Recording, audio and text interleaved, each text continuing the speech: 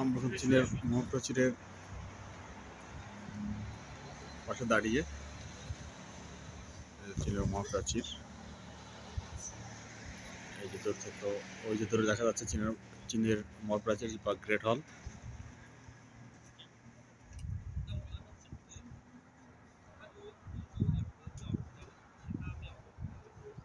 নিচে কিছু দেখা যাচ্ছে টুরিস্ট বাস বেজিং থেকে এখানে এসে।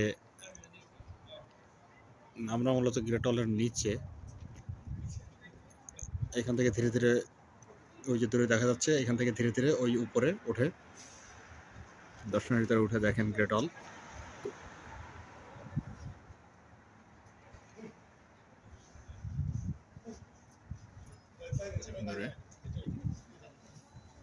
পাহাড়ের উপর এই সাইডেও দেখা যাচ্ছে।